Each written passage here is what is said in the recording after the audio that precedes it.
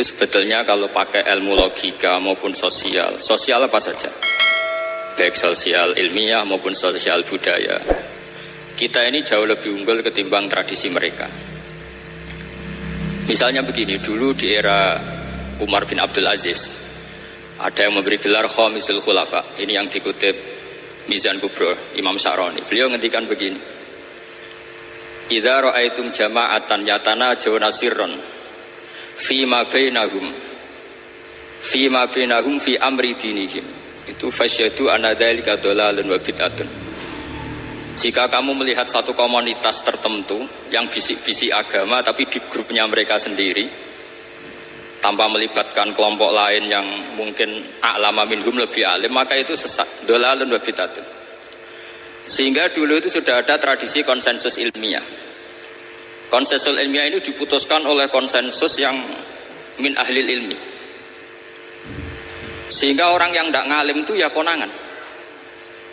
Kalau sekarang nggak pati konangan, tahu-tahu ada orang nggak jelas juntrungannya punya majelis tafsir yang bisa saja cindil tikus itu halal. Hanya karena berdasar dalil, misalnya kulla ajidu fima uhiya ilayya muharraman ala ta'imi yat'amuhu illa yakuna wa maitatan aw damam masfuhan aw lahma khinzir, sehingga dianggap yang halal itu banyak, yang haram hanya 3.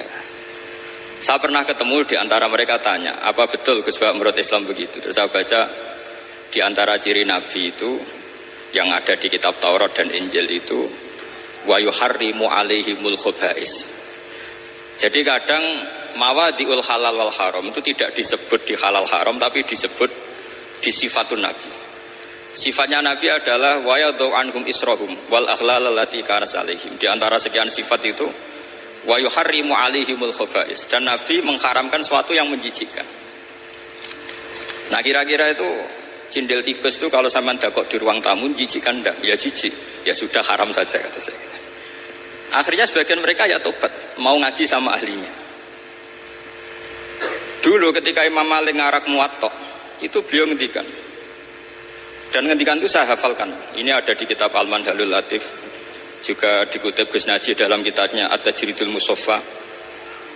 Aradtu kitabi hadza ala sab'ina faqihan min fuqaha il-Madinah. Fakulluhum wato'ani fasammaituhu al-Muwatta. Kitab ini sudah saya tasihkan ke 70 ahli fikih di Madinah. Kemudian semuanya setuju, fakulluhum wato'ani, semuanya sepakat. Fasammaituhu al-Muwatta, maka kitab ini saya namain al-Muwatta, yang disetujui.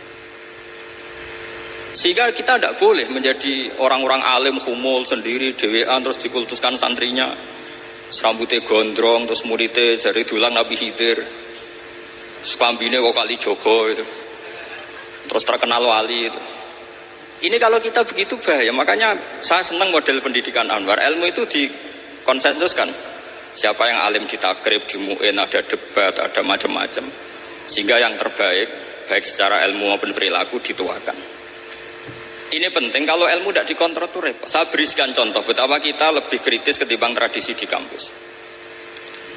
Saya pernah didebat sama salah satu kelompok ormas tertentu. Bapak, apa alasannya orang NU kalau megang istrinya itu kok batal gitu? Wong istrinya digauli saja boleh, masa megang itu batal gitu. Terus saya jawab, kamu tahu definisi mahram? Nggak tahu ya.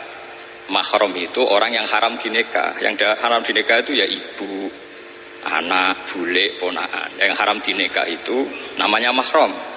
Justru istri itu namanya ajnabiyah, orang lain. Makanya boleh dinikah. Jadi statusnya istri itu orang lain, ajnabiyah, sehingga boleh dinikahi. Kalau mahram malah nggak boleh dinikah. Mereka akhirnya sadar, oh ternyata selama ini keliru. Membahasakan istri mahram itu keliru. Ya terus akhirnya dia jadi Syafi'i dadaan tadi. Pernah juga ada seorang kiai yang kepikiran mau mengharamkan atau menganggap ada fidah kalau orang haji itu rokok. Rasanya kalau kata pakar-pakar kuetar itu cengkeh itu wangi. Kalau cengkeh wangi berarti kalau haji rokok itu artinya pakai apa? Pewangi. Itu hampir saja deal. Karena ya memang cengkeh itu wangi. Kemudian diingatkan sama kiai yang lain, Anda berani fatwa kalau orang Jumatan sunat ngerokok karena pakai pewangi? Wah iya ya, tidak jadi. Jadi ini pentingnya ilmu itu konsensus. Sehingga saya bicara di sini pede bukan karena saya merasa benar, enggak, kan nanti ada yang nasah ini. Nah, kalau benar ya sampean dukung, kalau salah ya tinggalkan saja, biasa saja. Karena kalau sampean sama-sama tadi saya sudah bilang tahta topqatin wahidah, kita tahta syaikhin wahid, tahta mursyid wahid. Saya pikir ilmu saya dan sampean ya undi lah. Kita beda jauh kan dengan Gus Naji, karena beliau alim, bisa ngarang kitab banyak. Kalau saya jenengan kan ya sama-sama nggak jelas ini, ya sudah pokoknya santai-santai saja. Pokoknya relax saja. Yang jelas saya datang ke sini itu mau cerita kebanggaan saya sebagai orang pesantren, produk pesantren kalau kata Gus Barak tadi.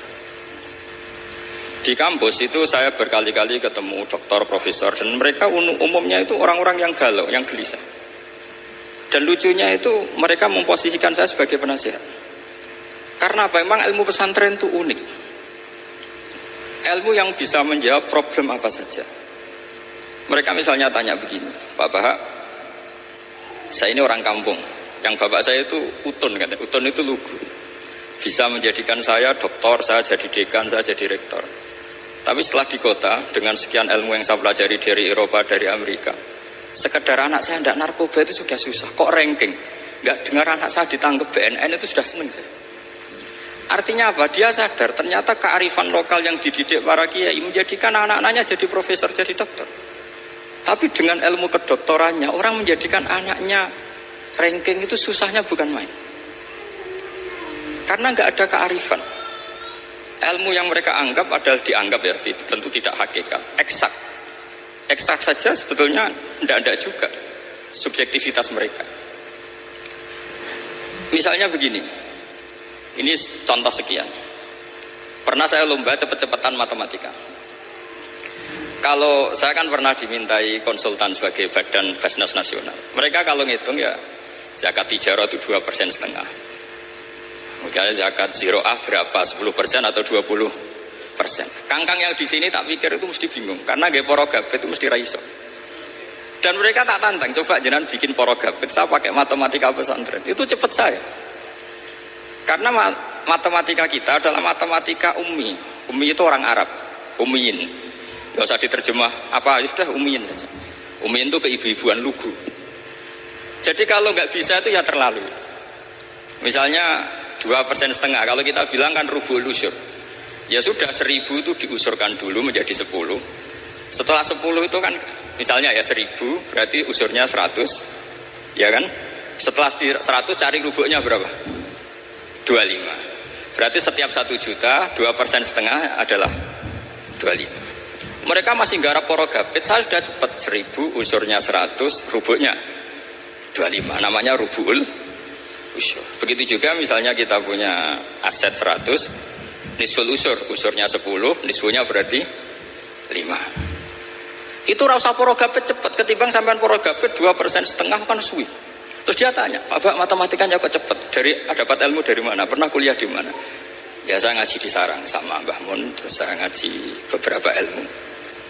Nah, kelirunya rata-rata santri itu faro itu ya ora seneng. Nah, bulat.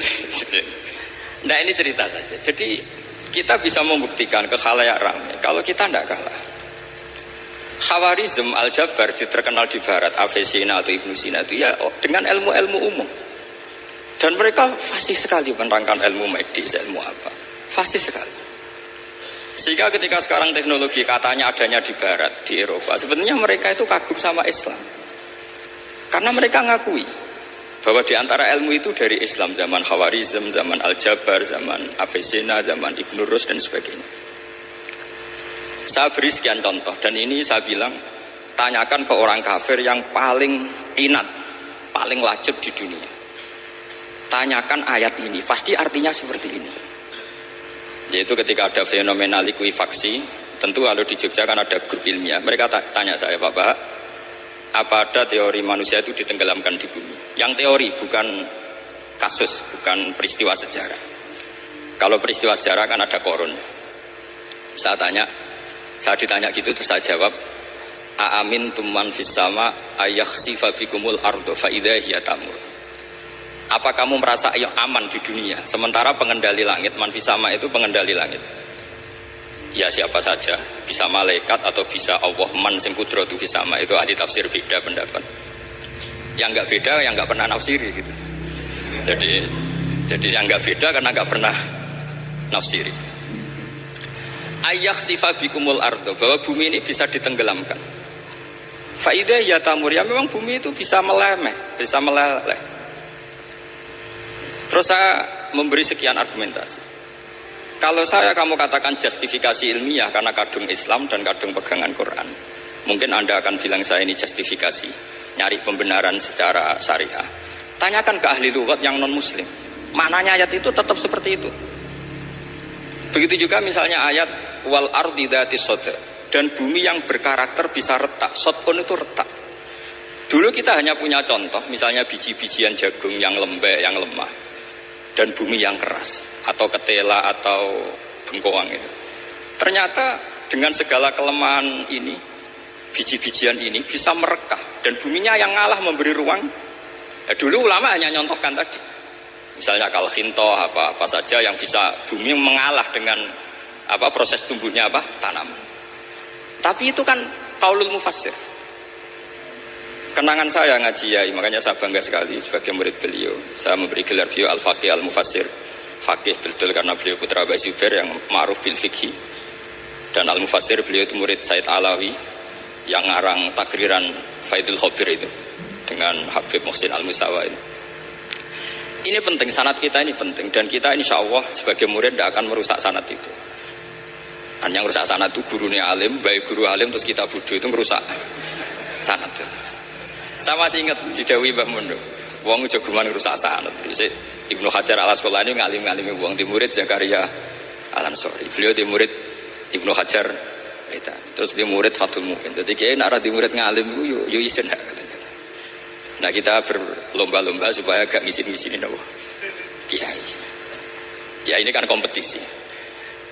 Kalau gak kasih alim ya ngaku alim saja lah supaya ya gak apa-apa.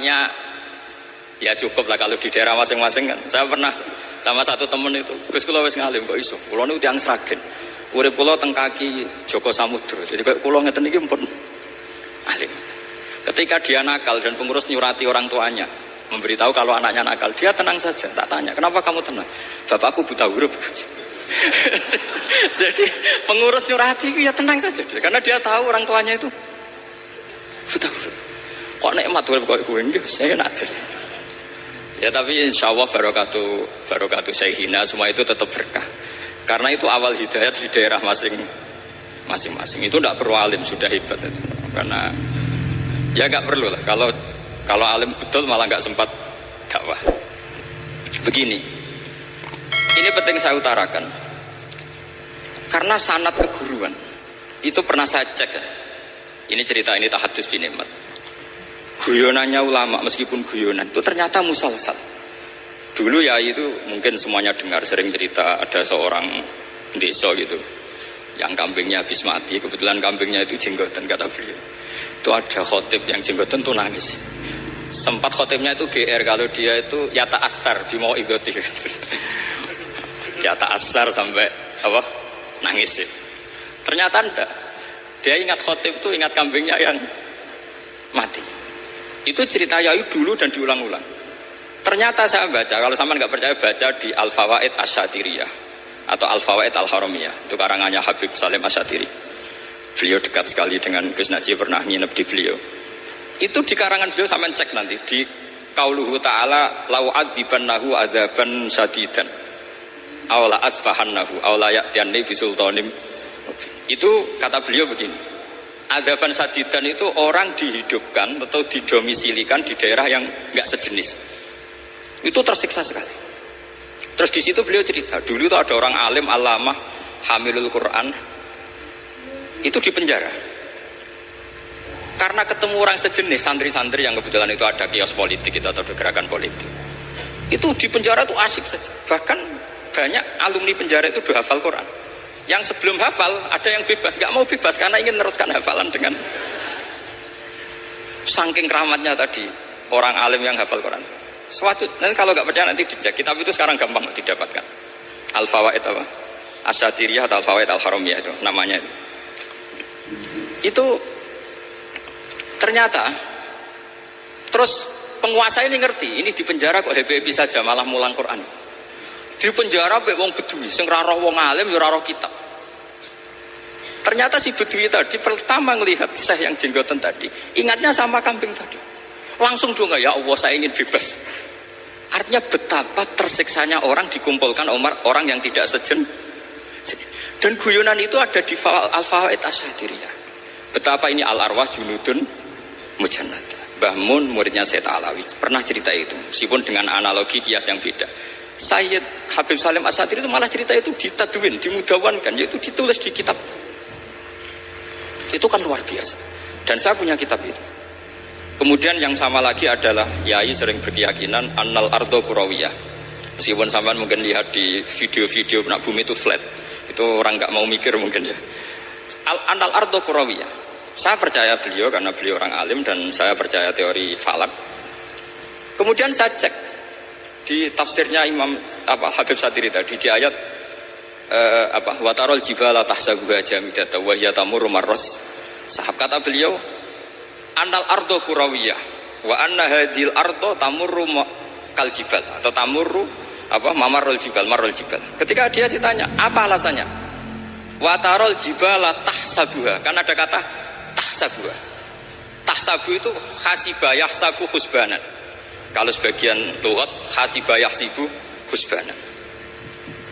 Nah, itu sekarang kata beliau, itu sekarang. Kenapa itu sekarang?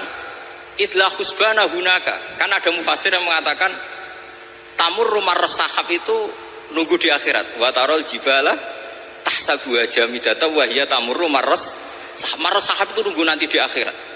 Tapi kata Habib Salim Asy-Syadiri tidak di dunia. Idlah husbana hunalika itu akhirat maksudnya. Di akhirat husban itu artinya kan nyongko, ngiro. Di akhirat semuanya itu ilmul yakin, ainul yakin. Jadi kalau tahsabuha pasti di dunia, karena adanya husban dugaan hanya ada di dunia. Lagi-lagi muwafaqah bainahu wa bain Habib Salim Asy-Syadiri. Dan di situ detail sekali. Cara beliau nulis tafsir, pengalaman ngaji sama Sayyid Alawi, tanggalnya. Begitu juga saya dulu ngaji sama Yai, banyak sekali diantaranya yang saya syukur sekali, yaitu tadi Ulumul Quran. Dulu di MGS yang ngajar Faidul Khobir beliau sendiri, dan kita syukur sekali. Jadi ini pengalaman-pengalaman kita sebagai murid, sebagai penerus. Terus ketiga begini, ciri khas samahah atau samahan. Ini saya meskipun tidak bawa makalah, saya ini baca sekian takbir. Kenapa guru-guru kita di Indonesia itu menghindari tema-tema ekstrim atau tema-tema keras?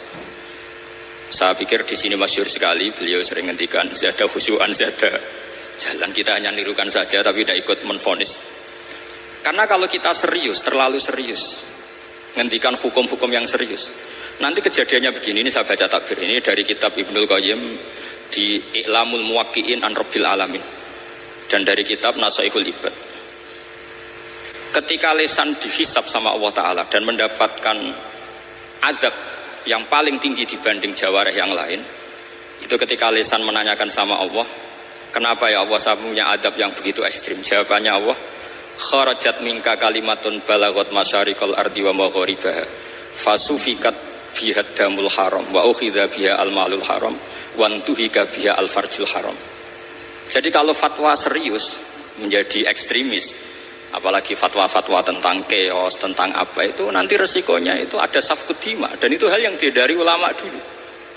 Kamu jangan pernah fatwa dengan meluncurkan satu kalimat yang dengan kalimat itu bisa saja sufika biha adamul haram, orang-orang yang nggak perlu mati harus terbunuh, dan sebagainya dan sebagainya. Kalau dalam Nasaihul Ibad redaksinya adalah kharajat minka kalimatun balagot masyarikal ardi wa maghariba. Ini kalau di kitab Ibnul Qayyim redaksinya itu ada seorang ulama yang ngeluh ketika habis ngajar Al-Hudud. Ha anadha, kata beliau, yuta'allamu minni ma tudrobu bihir riqab wa tuta'u bihil furuj wa tu'khodu bihil hukum. Jadi sehingga dengan tradisi ulama kabiron angkabirin, dulu-dulunya itu memang ulama menghindari tema-tema ekstrim. Bukan karena tidak bisa, karena takut ini kalau salah fatwa nanti safkut dima. Dan itu yang dilakukan Said Hasan bin Ali ketika beliau konflik, ya dengan tanda kutip konflik dengan Muawiyah. Kata beliau, bisa saja ini hakku rojulin, ya sudah tak kembalikan ke dia. Bisa saja hak saya tak kasihkan ke dia, haknan lidima'il muslimin. Tapi karena hukum itu adalah hukum yang sifatnya ijtihadiyah, beliau tetap menutup dengan makalah wa in adri la'allahu fitnatul lakum wa mata'un ilahin. Saya tidak tahu ini kayak apa, jangan-jangan ini hanya fitnah. Kenapa beliau tetap menutup hukum wa in adri dan kemudian ditiru terus oleh Imam Malik, setiap ditanya sering bilang la adri, sampai yang tanya pernah mangkel. Ini pernah dikutip Gus Najib dalam kitab At-Tajridul Mustafa, juga ada di Al-Manhalul Latif. Kenapa sa'alim engkau selalu jawab la adri? Kata Imam Malik, jawab, saya ini orang jauh, kalau sampean bilang la adri nanti gimana? Saya laporannya, disuruh tanya. Kata Imam Malik, happy saja. Fa'abligh man wara'aka anni la adri. Enggak kamu tok yang harus tahu kamu saya la adri. Yo kandhani pisan umat temen aku yo la adri. Jadi ulama dulu saking khosnya sama Allah, khosyah. Bilang enggak tahu itu enggak masalah. Karena begitulah sanad mereka dalam hal-hal yang ijtihadiyah, yang potensi safkut dima. Saya ulang lagi, yang potensi safkut dima itu milih aman bilang la adri. Sampean kalau nggak percaya dicek di Sahih Muslim atau di kitab-kitab hadis Sahih yang lainnya. Dan ini juga yang dipakai Ibnul Qayyim ketika bikin Muqaddimah I'lamul Muwaqqi'in dalam Khotorul Fatwa. Ada seorang namanya itu Buraidah. Buraidah itu Amirul Jais. Itu setiap mau perang atau punya MOU dengan kelompok lain, kata Rasulullah, jika mereka menginginkan kamu ala antun zilahum ala hukmillah wa ala hukmi rasulillah falatun zilhum ala hukmillah wa ala hukmi rasulillah. Ada redaksi yang fi dhimmatillah fi dhimmati rasulillah. Walakin anzilhum ala hukmi, posisikan bahwa MOU itu atas nama kesepakatan kamu dan mereka. Fa innaka la tadri atusiba hukmallahi amla, karena kamu tidak tahu apa kamu persis sebagaimana hukum Allah pada. Kamu tidak bisa misalnya secara fikih, misalnya ada Zaid ini kafir harbi, terus kamu bilang ini wajib diperangi karena kafir harbi. Oke, itu mungkin. Tapi masalahnya bisa saja khusus Zaid ini ada sunnatullah, ada ilmu Allah yang mau diberi hidayat sehingga ada perlakuan khusus. Sampai lihat dalam Asra Badrin, itu yang ketangkap di Asra Badrin itu kan semuanya kafir harbi. Ini alhamdulillah ini beliau rawuh.